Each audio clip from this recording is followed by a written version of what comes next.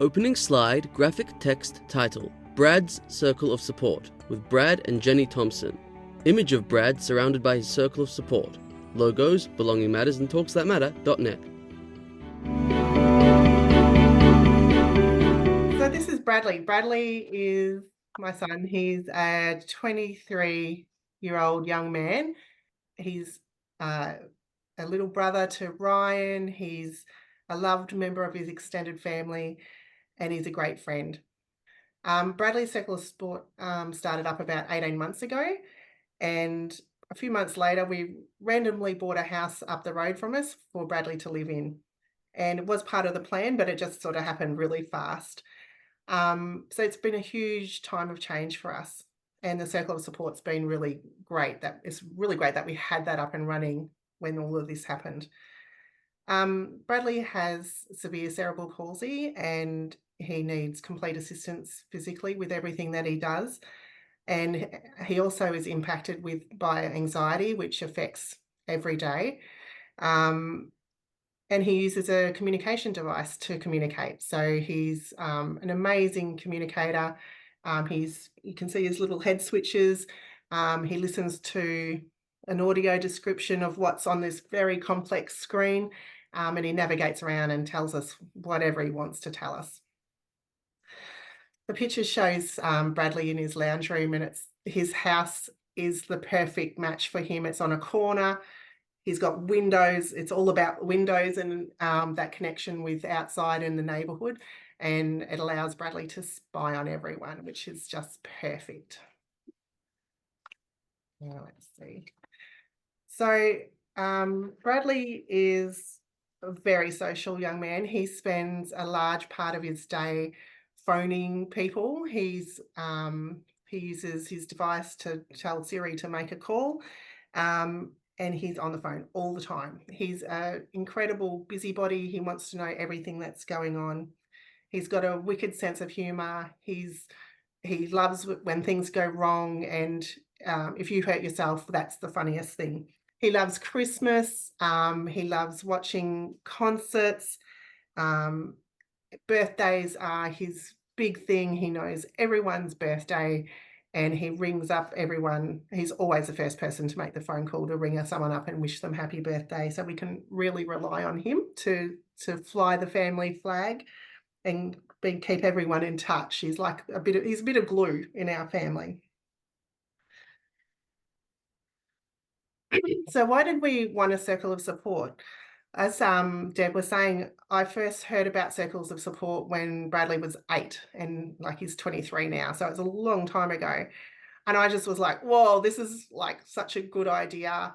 I can see that this is a way to, share the load a bit. And I was excited that, we could come together, a group of people who love Brad, and there'd be teamwork and energy and ideas, and we'd have purpose, and we'd all be able to make much more as a whole than we would individually. And it was just, I just thought it was the best idea. So at the time, I was the primary driver for advocating for Bradley to live his life like his peers and have the same opportunity. And as a consequence, I was then suffering from anxiety, because I wanted to be everything and do everything for Brad, and it was too much for me. So over the years, I continued to learn about circles and was thinking, we will do this one day. And then Bradley was about in his last year of school, and I thought, right, now we'll do this. I wanted him to have some work experience opportunities in his last year, and I thought this would be a great thing to the circle focus, to sort of brainstorm ideas and have connections and find out, make this happen for Brad. And then COVID happened, and we thought about doing Zoom, the meetings over Zoom, but I just didn't feel comfortable with that at the time. So we just put it all on hold for a couple of years while we were locked down, and then revisited it once we came out of lockdown. At that stage, Bradley was 21, and so we started the Circle of Support about 18 months ago. So who is in Bradley's circle? So I don't know if you can see my pointer, but Bradley is in Bradley's circle.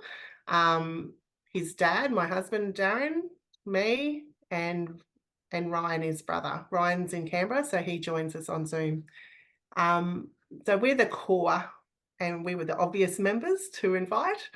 And then we thought we wanted to find other people who had a heart connection with Bradley. And Uncle Lloyd was an obvious person to invite. We also wanted to have a facilitator. We've got Olivia over here, and we've got two of Bradley's favourite personal assistants. So Jasna, who in the meetings, she takes responsibility for anything that Bradley needs. And if Bradley needs to leave the room, then she's the one who will go out with Bradley and do whatever he needs to do. And we've got Chinmay, and Chinmay is a lovely young man who Bradley gets on with really well.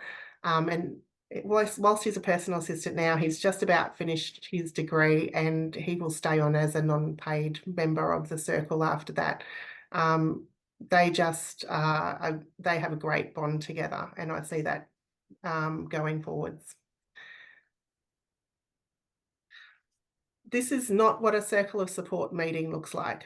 This is Bradley in his normal role as supervisor. He's leaning on his broomstick. He's supervising everyone else. He's in the thick of it. And this is Bradley's life. He's like the controller. He's got us working in his front yard doing the landscaping after he had some footpaths put in, and proper access to his house. And yeah, this is again we're out on the street. There's no fences, neighbours walking past, giving us all a bit of grief as well. So how do our circles work? So we have about 6 meetings a year. So about every 8 weeks, we have a 2-hour meeting on a Sunday after lunch. And that's the best time for Bradley. And that's why we chose that time. So Bradley and his facilitator and personal assistant get together a week before the meeting and do a pre-circle meeting, and they think about what they want on the agenda, and we might have contributed ideas for the other people might have contributed ideas as well, and they discuss the actions that have been set and the progress on those. Then we have the meeting, and the meetings are in Bradley's lounge room. We have Ryan is now on the big television, so it feels like Ryan is in the room on Zoom. So we're all like in this beautiful circle. The facilitator takes minutes and actions during the meeting, and she circulates those on this app called Signal after the meeting. Halfway through, we have a break for snacks and coffee. Started off, we had like lots of cake and lollies, and it was like a party. And now it's all just about the coffee. We're in Melbourne, it's all about the coffee. And it's after lunch, no one's really hungry. What have been some of the outcomes for Brad in a result of having the circle? So it's been fantastic. It gives us, we get together regularly. That gives us, we've carved out space and time to talk and think and dream with Bradley. Unlike the pace that I talk, Bradley takes a lot longer to get his sentences together. And so the meeting's all about him, and we've all had to slow down and change our expectations of what we can get through in a meeting. We have to be patient. This is all about listening to Bradley, finding out what's in his mind and, what his opinions are about things. And so I felt myself slow down just then, thinking about how we change when we're together. The circle definitely accelerated Bradley moving into his home. He was hanging out. The first thing he did was get the television mounted on the wall, and he started hanging out during the day at his house. And then we had a first circle meeting there, and Uncle Lloyd said, "Oh, how about Bradley's cousins, how about the cousins come over for a sleepover? And Uncle Lloyd's like, yeah, let's do this. And I'm like, no, no, because Bradley, that won't work because Bradley needs a high-low bed and he needs a hoist. And, none of that's set up yet. And the facilitator said, well, what would it take to set it up? And I just was like, a bit of pushback on me being so negative. And which was great. And I just went, oh. And then after I thought about it, I was like, okay, there's another high-low bed at Grandma's that's not being used. We have got the funding for the hoist. We could do this. And so about a month later, that they were all in place, which was amazing. And the sleepover happened and was the first time these young men, and his cousins are a bit littler, had ever been, doing a sleepover without without parents around. So it was really cool. And the next morning I said to Bradley, okay, so will we pack up all your stuff and go back home? And he's like, and I'm like, oh, do you want to stay here again tonight? And he's like, oh, okay, fine. And the next morning, okay, will we pack up all your stuff? And he goes, and I'm like, okay, are you wanting to stay here from now on? And he goes, yep. And that was it. He'd moved house. He didn't care that it wasn't perfect. Like, he didn't need it to be perfect to know that this is what he wanted, and he was ready. Darren and I were not ready, but he moved out and it happened like amazing. It was like seamless. The circles have also given us this chance to learn things together as a group. Like, I'd been to a lot of meetings and learned things, but having the facilitator there who could take some moments to teach us some things, and where we could work together and brainstorm about Bradley's roles, about what a good life looks like for him, about supported decision making, all those sort of things. When those learnings happened when it was important to for us to learn those things. So, like, the supported decision making came up when the referendum was on, and Bradley needed to make a decision about which way he was going to vote. So we're learning things as a group, and so now we have got a lot more knowledge as a collective. We've also set up a Google Drive over this time, and that's where we're collating all the information about Bradley and how to support him, and that's a bit of safeguarding for the future. It's also helped for me to write things down, and then I've been able to step back and go, well, why am I doing these things? Now Bradley can do these things, and it's all written down. His personal assistants can refer to this when they're doing these things. So that's been very helpful. And another thing we've done is develop an actual vision for Bradley, which I'd like to share now. So Bradley's vision is that I have a voice. Please support me to be heard. I want to be involved in decision-making daily and in setting and reviewing my own goals. Please assist me in decision-making that impacts me. I want to maintain and deepen existing relationships and pursue new friendships. I live in my own home with people I like and choose to live with. My team of supporters, my family, friends, personal assistants, therapists, and medical team encourage me to consider my vision and achieve my goals, as well as help support me in my daily life and to live my best life possible. And so this is the first time we've tried to do anything like this, and I think it helps us to stay on focus. And it helps it helps, I would say, to have this in our mind when on a daily basis, when for his, whoever's supporting him, to think about what his vision is for his future, what he wants. So there's been more circle outcomes for Bradley. And I love these ones because this thing happened and then there's been like this cascade effect. So Bradley lives on this corner and the street running off our street is like Christmas Street in Langwarrin. And the people in this street are like over the top.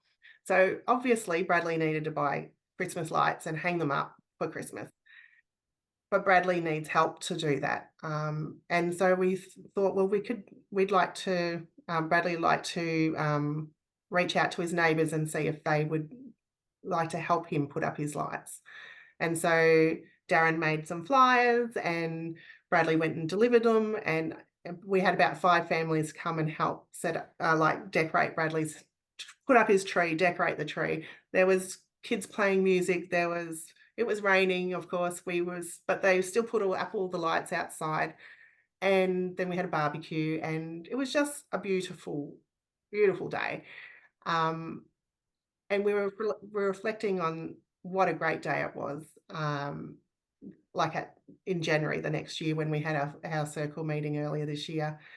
And we were saying, like, do we have to wait till Christmas to do that? And the facilitator said, well, actually, there's this thing called Neighbours Day, where there's a certain day of the year is Neighbours Day, and people are encouraged to get together with their neighbours and have a barbecue. And so Ryan Googled, that's Bradley's brother, Googled Neighbour Day and found out that there was that the council was actually giving out vouchers for food for Neighbours Day. And it was closing that afternoon. So Ryan did an application and Bradley was successful in getting some money to pay for the food. And at that event, we had about 40 people, and we had neighbours like from all around, and people, walking their dogs as well.